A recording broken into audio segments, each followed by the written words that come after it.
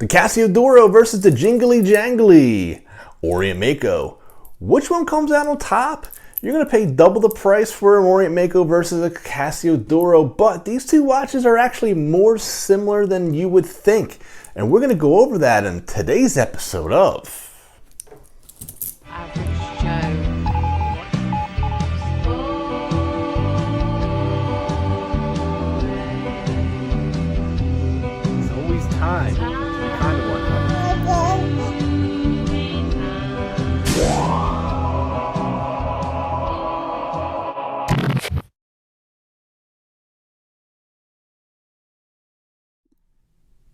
Alright, so I want to compare the Casio Duro versus the Orient Mako. Now, if you guys are looking for the Casio, the model number is MDV-106. And the Orient Mako, we're looking at a CEM75003B. Now, you're looking at about a $100 price difference between the two watches depending on where you get them. You're getting a quartz movement here versus an automatic, so that's something that you're going to have to take into consideration right away. The Orient actually uses an in-house Orient 21 jewel self-winding movement, so you cannot hand wind this, but this does have a screw down crown. All right, and there is no hacking function, so as you can see, I have the crown pulled out all the way, and the second hand is still running. And actually the date is actually pretty interesting too. If you want to change the date, you're going to actually pull it out once and you're going to utilize the crown. You want to change the day of the week, you're going to do the push button at the top. So a very interesting way of doing that. Now the Casio Duro is a different story. Again, this is a quartz movement, but this does have a screw down crown because they actually both have similar water resistance of 200 meters. So we pull the crown out twice and it does hack, and you can change the time. You bring it out one position and that's where you're going to be able to change the date. So bringing this crown out here, I'm not getting positive clicks here. So let me see here. Let me try this again. That should do it right there. Here we go. So it's kind of like you don't really know where you are here, because even like here, okay, so there you go. But it's not very tactile because it's like 1, 2, now it's 2. Kind of like 1.5, 1. So, and then there's a positive one there, but there's just like kind of like this in between click for the first click. So, not good there.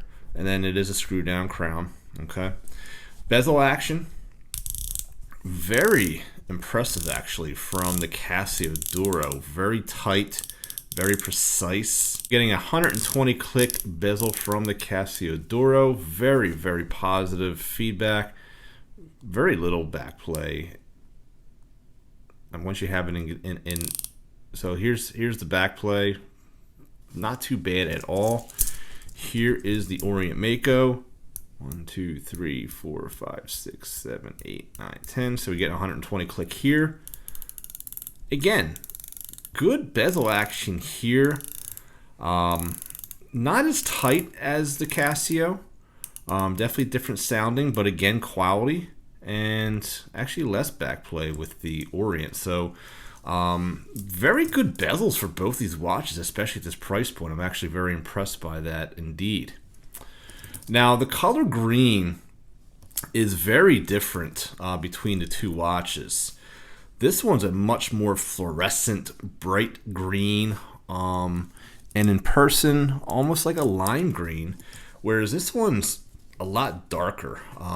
If anyone's a Philadelphia Eagles fan, I'm from Philadelphia. This one's a very much a darker, like a hunter green. So two different greens here indeed. Now, back to the similarities with this watch, with these two watches. When we look at the Orient Mako, you're getting a 45 millimeter case diameter. The Casio Duro is actually 44, so we're looking at a 1 millimeter difference. When we look at the case width, okay, you're actually looking again at a 1 millimeter difference, with the Orient being at 13 millimeters, considering it has the automatic movement, and the Duro having a 12 millimeter case thickness. Now, the lug width, if you want to swap out straps, they both sport a 22 millimeter lug width.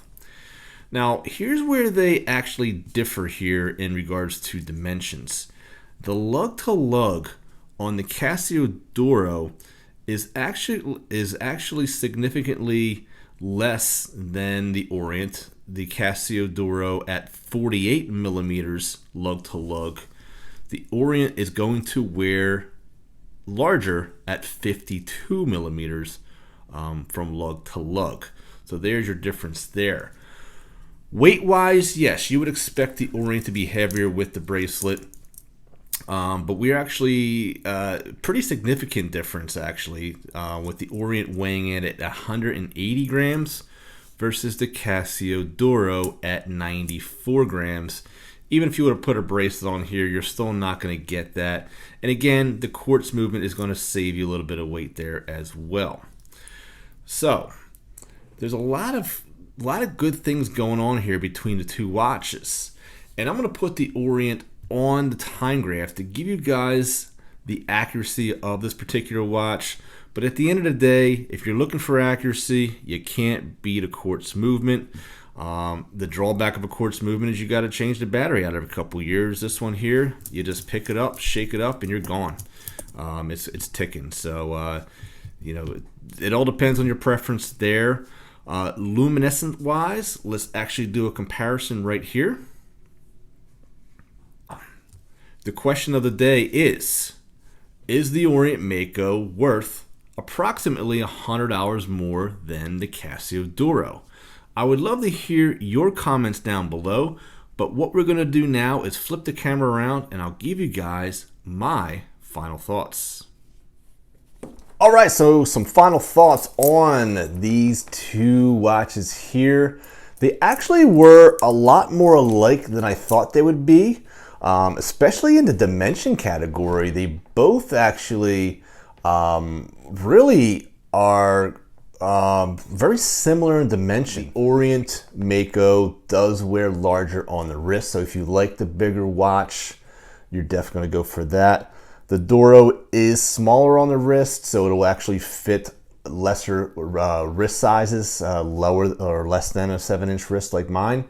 And it's also going to be lighter, okay?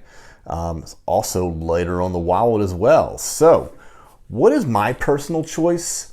My personal choice goes to the Mako because even though I know I said these come in at around $100 more than the Casio, I was actually able to find one of these for around $120.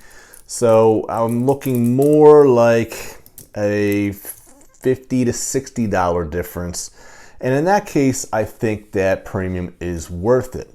Now, I'm not actually discounting the fact that this is a great watch.